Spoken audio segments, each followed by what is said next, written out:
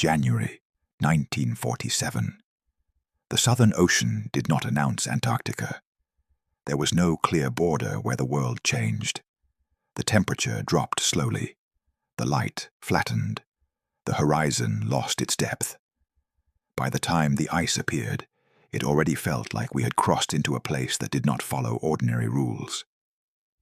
I was 24 years old, assigned to a naval task force, officially designated as a training and survey operation. Operation Highjump. The paperwork described cold weather aviation tests, aerial mapping, and logistical exercises. On paper, it looked routine, large, expensive, but uncomplicated. The behavior of the officers suggested otherwise. Before we sailed south, I was handed an additional document. It was not part of the general briefing. No insignia, no explanation. Just coordinates, a short directive, and a signature line. I was instructed to read it, sign it, and return it immediately. No questions were invited, and none were asked. The coordinates were inland. That alone was unusual. Most of our work was supposed to focus on the coastline and surrounding ice shelves. Inland flights were limited, expensive, and risky. Weather changed without warning, fuel margins were thin, and navigation was unreliable the farther you moved away from known reference points. Still, the order stood. When we crossed the pack ice, the environment changed in subtle ways. The cold did not feel sharper. It felt heavier. The light stayed low, stretching shadows into long, indistinct shapes that offered no sense of distance. Ice and sky blended until it became difficult to tell where one ended and the other began. Our aircraft was a ski-equipped transport, practical and durable, but never designed for deep inland operations.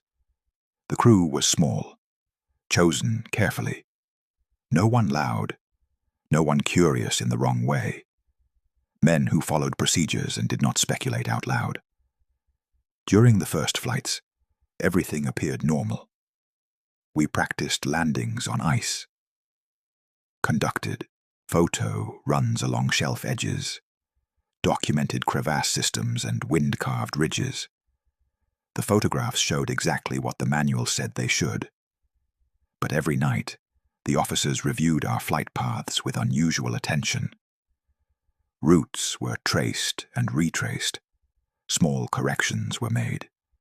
Occasionally, a faint pencil marking appeared on a chart, an outline where no terrain feature existed. On the fourth day, one of those outlines became part of our flight plan. It was a simple shape, a loose box drawn over a section of ice that had no recorded elevation change, no known formations, no reason to stand out. When the pilot read the coordinates, he paused for half a second longer than necessary, then acknowledged them without comment. As we approached the area, nothing dramatic happened. No storms, no turbulence. The engines held steady. The instruments behaved, mostly. The only change was a feeling that the land ahead looked unfinished. Snow without texture. Ice without contrast. A surface too even to give the eye anything to measure against. The navigator double-checked his readings. The compass corrected itself after a brief hesitation. Not enough to report, enough to notice. We flew through the zone and returned to the carrier without incident. But when we landed, the aircraft was guided directly into the hangar, not parked, not serviced, secured. An operations officer arrived with a clipboard and asked the pilot a series of questions that did not align with our report. Wind behavior, light consistency, perceived drift. While he spoke, he drew a thin line on a private chart, careful not to let us see it clearly. That night, the ship felt different. The machinery vibrated through the deck with a rhythm I had not noticed before. Or perhaps it had always been there, unnoticed until then. Either way, sleep did not come easily. The next morning, the same coordinates appeared again. This time, they were not optional. The second approach toward the marked region did not feel like a continuation of routine work. It felt like repetition with intent, the kind meant to confirm something without saying it aloud. We lifted off under a pale sky that offered no contrast. The horizon was a single washed line, and the sun sat low enough to blur shadows rather than cast them. Navigation in Antarctica depended on small cues, texture in snow, faint elevation changes, the way light bent across ice. That morning, many of those cues were absent. As we moved inland, the land below began to simplify. At first, it looked like ordinary ice fields smoothed by wind. Then the familiar patterns faded. Long crevasse lines vanished. Wind ridges flattened. The surface became uniform, as if the land had been erased and redrawn with fewer details. It was not white so much as blank. The engines sounded louder in that emptiness. Instruments continued to function, but not with the certainty we were used to. Bearings lagged by seconds before settling. The navigator recalculated sun angles twice, then a third time, without changing the numbers he wrote down. No alarms sounded. Nothing failed outright. Everything worked just well enough to avoid explanation. The pilot made a small correction to our heading. The aircraft responded normally, yet the horizon ahead did not shift the way it should have. It was a subtle thing, a feeling more than a measurement, the kind that experienced pilots notice without being able to demonstrate it on paper. No one spoke. The photographer raised his camera but hesitated. Through the window, there was nothing specific to frame. No ridge to center, no shadow to anchor distance. Just surface, stretching without interruption in every direction. When we turned back, the change was immediate. Texture returned. Snow regained shape. The land accepted measurement again. It felt less like leaving a location and more like crossing an invisible boundary. Back aboard the ship, the response was swift and quiet. Photographs from the flight were collected immediately. Not reviewed, collected. Some were returned later. Others were not. No explanation was given. When the interpreter asked if a roll had been damaged, the officer only said the images were under review and moved on. That evening, the officer's charts showed new markings, not names, not notes, just expanded outlines around the same featureless region we had crossed twice. The box had grown slightly larger. Word spread among the crew in fragments. Not gossip exactly, more like shared unease. Older men spoke of earlier expeditions, foreign survey teams before the war, flights that returned with odd readings, landings that were never repeated. Nothing confirmed, nothing dismissed. Sleep came poorly again.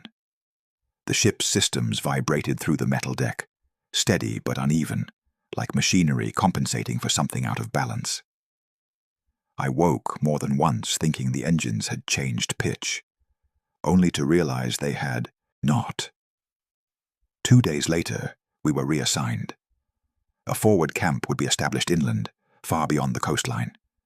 Fuel and supplies would be staged there. Our crew would conduct extended flights directly toward the blank region, pushing until fuel limits forced return. If landing conditions allowed, we were to test the ice. No one used the word discovery. No one mentioned the crews that had not returned earlier in the season. Preparation moved quickly.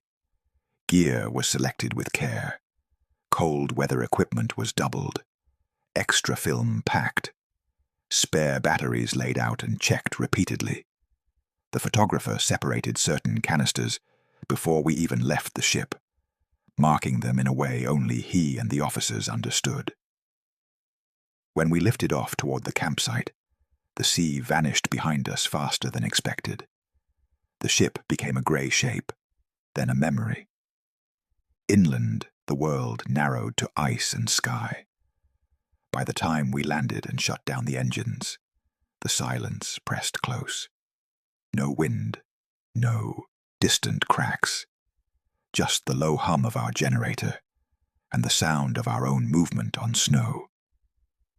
That night, inside a canvas tent, I realized something that had been building since the first flight. We were no longer mapping land. We were being guided towards something already known. The camp sat on a stretch of ice that looked solid enough to trust, but Antarctica had a way of making every assumption temporary. Canvas tents were anchored deep. Fuel drums were stacked against a low wall of packed snow. A small radio hut stood near the edge of the camp, its equipment humming with a steady, low tone that carried through the ground more than through the air. Sound behaved differently there. It did not travel far. It seemed to sink. We spent the first day flying short reconnaissance runs, confirming weather windows and testing visibility. Every route pointed the same way. Inland, toward the region that resisted description. The officers spoke plainly, but their instructions carried a tension I had not heard before. Efficiency mattered. Time mattered more. Before dawn on the second day, we prepared for a longer flight. The engines warmed slowly, their vibration passing through the ice beneath our boots. As we lifted off, the camp shrank behind us until it became a small disturbance in an otherwise untouched surface. The land ahead looked smooth, pale, and empty. Then it began to change. At first, the surface dipped so gradually it felt like an illusion. No sharp edges, no clear boundary, just a slow, steady drop that pulled the eye forward. The pilot reduced altitude slightly to maintain visual reference. The navigator marked the change without comment. The basin revealed itself in stages. It was vast, circular, too balanced to be accidental. The walls curved inward with a symmetry that did not belong to collapse or erosion. Layered ice exposed pale blue bands, compressed and pressed into order. Depth accumulated without obvious reference points, making it difficult to judge scale. Along the far edge, dark shapes broke through the snow, straight lines. The photographer leaned forward, camera already raised. He did not ask permission. He did not need to. As we circled, the shapes resolved into fragments of structure. Metal beams, bent but intact. A section of wall tilted under the weight of ice. A mast or tower segment lay half buried, its upper end pointing toward the basin floor, like a fallen marker. No one spoke during the pass. On the second circuit, the right engine faltered. Not a failure. A cough, sharp enough to command attention. The pilot did not hesitate. He brought the aircraft down near the basin's edge, choosing a stretch of hard blue ice brushed thin with snow. The skis struck and slid. The aircraft shuddered once, then settled. Silence followed. Stepping out onto the ice felt like entering a sealed space. The air was still, not calm, contained. Even our movement seemed intrusive. Each footstep carried farther than it should have, then vanished. From the basin rim, the structure was clearer.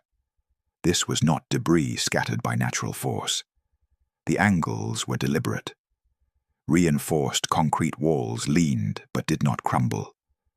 Metal fixtures remained bolted into place. The ice had claimed the site slowly, patiently, preserving more than destroying. Markings appeared on one exposed panel. Faded paint chipped into straight, block-like forms. The photographer crouched to capture them without comment. I recognized the script from captured materials years earlier. I said nothing. Inside, the temperature dropped again. The air felt denser, pressing inward. Hooks lined the walls where equipment had once hung. Bunks stood against one side, blankets stiff and folded, as if left in haste. Tables held jars, tools, and notebooks, sealed against moisture. The notebooks were written in German. Some pages showed calculations, others diagrams. Lines crossed out and rewritten. The photographer documented everything. A few notebooks were set aside without discussion. Beyond the main rooms, a narrow passage opened toward the ice outside. Snow had drifted across part of it. A thick metal cable ran along the floor and disappeared into a round opening cut directly through the ice. The edge of the opening was smooth, too smooth. A winch sat nearby, bolted into reinforced concrete. Rails led from it toward the opening, suggesting heavy equipment had once been lowered straight down. The basin was not the end of the structure. It was the top. The decision to go down was made without ceremony. By the time additional aircraft arrived from the coast, the storm line had already begun to form on the horizon. Light shifted from pale to gray. Pressure changes crept into our ears. The officers understood the window was closing. If there was anything below the station, this was the only chance to document it. A winch line was rigged and checked twice. Lamps were tested. Harnesses fitted over cold weather gear. The metal at the rim of the opening held a faint sheen, not from moisture, but from wear. Hands had passed over it many times before ours. When the first man was lowered, the light vanished quickly. The shaft swallowed it without reflection. Depth was impossible to judge. Measurements taken at the rim did not align with the time it took for the line to pay out.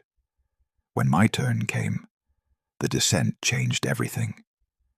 I thought I understood about cold. At first, the temperature dropped sharply. Ice walls closed in, smooth and pale under the lamp. Then, gradually, the air grew heavier, warmer. Moisture clung to my face. My breath no longer froze in front of me. The shaft walls were not uniform. They seemed to lean inward, then away again, subtly altering perspective. Distance stretched and compressed without warning. I paused more than once, not from fear, but from disorientation. The surface beneath my boots trembled faintly, not movement, pressure. A slow, repeating pulse that rose through the ice and settled into bone. The chamber below opened wide. The ceiling formed a natural dome of ice and rock, shaped over time by forces that did not behave like ordinary erosion. At the center lay a pool of dark water. It did not ripple. It did not reflect light. It absorbed it. The ground around the pool was uneven. Some sections were bare rock worn into shallow curves. Others held fine ice dust that shifted underfoot. The air felt several degrees warmer than the shaft above. Equipment lay arranged in a rough circle around the water. A rusted winch. A tripod assembly with metal rods angled toward the pool. Coils of cable frozen mid-loop. Some pieces looked shattered by force. Others appeared carefully positioned, as if part of an interrupted procedure. Bodies lay near the equipment. 2 wore German uniforms. Their clothing was intact, preserved by cold. Faces frozen in expressions of strain. No wounds, no sign of violence. A third body lay farther, back. American. Identified. One of the men listed as missing earlier in the season. The officer examined the bodies quickly and without comment. He moved with the focus of someone managing time rather than emotion. A low rhythm passed through the floor again. One of the men dropped a small metal fitting into the pool to test depth. It did not splash. The surface accepted it slowly, resisting before letting it sink. When it vanished, the water closed without a ripple. The rhythm intensified. Another man slipped near the edge. His gloved hand touched the surface. He gasped and collapsed, eyes unfocused. When he spoke, the words were clear and precise. They were not English. He had grown up in the Midwest. He did not speak German, yet the sounds came easily, as if remembered rather than learned. Moments later, he fell silent, confused, with no memory of speaking at all. Cracks formed in the ice along the chamber wall. Fine dust drifted down. The pulse beneath us sharpened, no longer distant. The officer made the call. We would document what we could and leave immediately. As we moved toward the shaft, the sensation followed. Not pursuit. Awareness. The feeling that the space itself had registered our presence. The ascent was uneven. The line trembled. Above us, something shifted in the ice. Whatever lay below was not passive, and it was not finished. The ascent pulled us away from the chamber, but it did not release us from its influence. As each man rose, the shaft seemed to narrow, not physically, but perceptually. Distance felt unreliable. The light above wavered, growing and shrinking in a way that did not match the winch speed. Halfway up, the pulse intensified. It no longer felt contained below.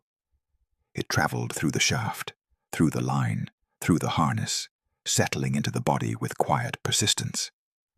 The ice walls vibrated faintly, not enough to register as movement, but enough to be felt through gloves and boots. When I reached the surface, the smell hit first. Fuel, warm oil, mixed with frozen air. One of the fuel drums near the rim had split open. Thick liquid spread across the ice, in a slow, deliberate line, flowing against the natural slope.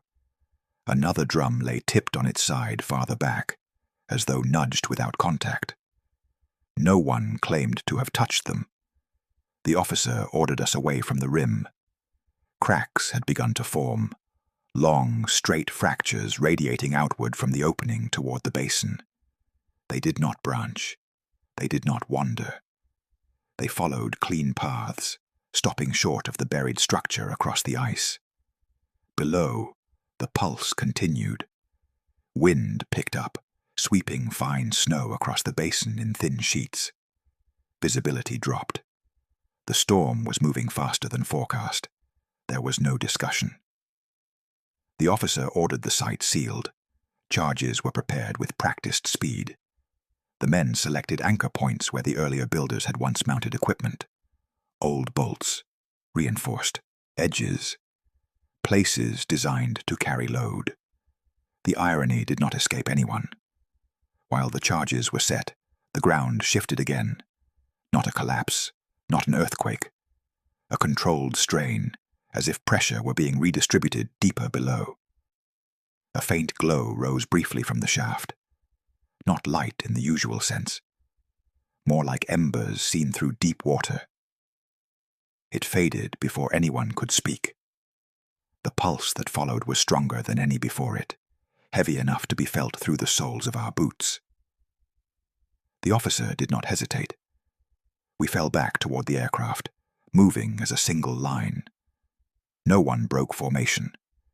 No one looked back until we reached a safe distance. The wind erased our tracks almost as soon as we made them.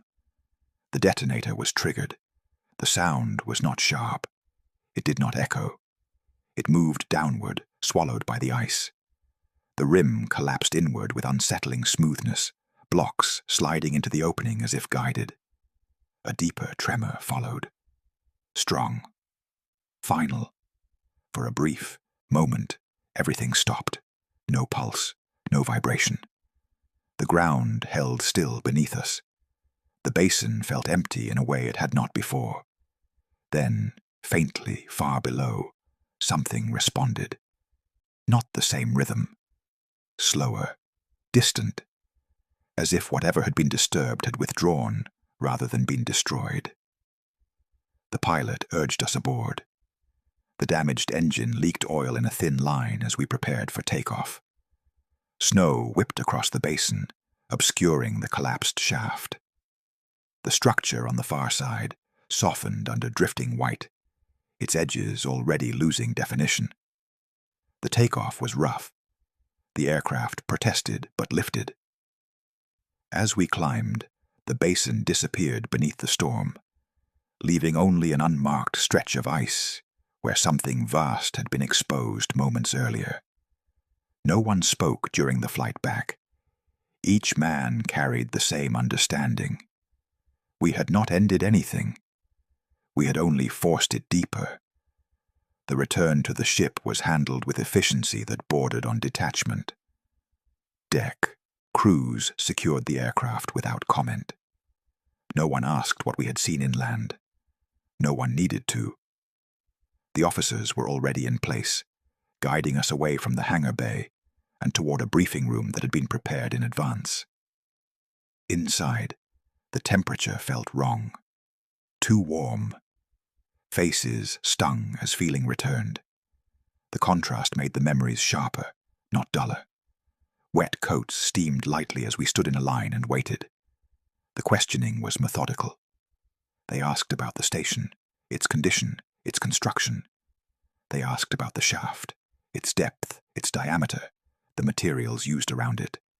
They asked about equipment, markings, and the bodies we found. Every answer was written down. Every number recorded. They did not ask how the place felt. When I mentioned the pulse beneath the ice, the man taking notes paused only long enough to change the wording. He wrote, "ground vibration of unknown source." The phrase satisfied the room. No one challenged it. The notebooks, film, and recovered items were sealed and removed. I watched them disappear into a canvas case marked with no identifying symbols. The officer who carried it handled it the way men handle objects that carry obligation rather than weight. Medical examinations followed. Cold exposure, hearing checks, basic neurological responses. When the doctor asked if I noticed any persistent tones after the flight, I answered honestly. He marked it as temporary auditory fatigue and moved on. One of the men was kept longer than the rest, the one who had touched the water. He sat quietly while questions were asked in low voices. His answers were slow, careful, as if each word needed to be selected rather than remembered.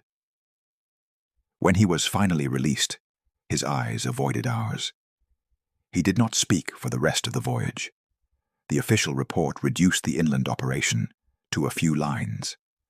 A forward landing, equipment recovery, structural remnants from a foreign expedition, a shaft rendered unstable by ice movement and sealed for safety.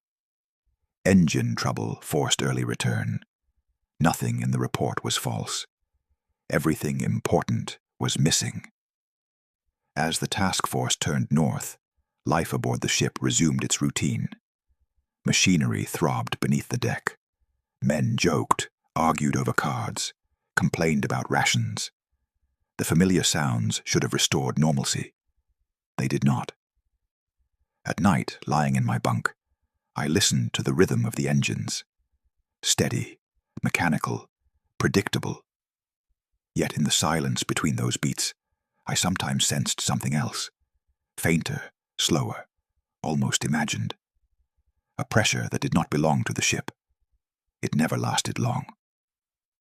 Weeks later, when we reached port, the mission ended without ceremony.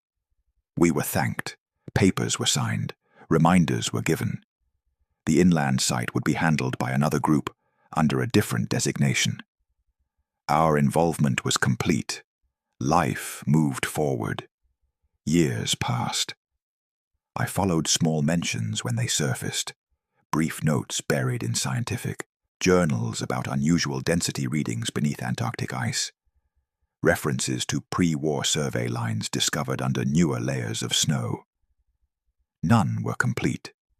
None drew connections. Once, long after the war, I crossed paths with a man I recognized from that briefing room. He acknowledged me with a glance, and nothing more. Before we parted, he said the work had continued quietly, and that what we found was only an access point, not the thing itself. Then he walked away. Age has taken most ordinary sounds from me now. Conversations blur. Engines fade into background noise. But the memory of that place has not thinned. It sits intact, preserved the way cold preserves things, waiting rather than fading. I do not think about what lay beneath the ice as a threat in the usual sense. It did not feel hostile. It felt older than categories like danger or safety, as if it existed on a scale that did not require acknowledgement from us at all.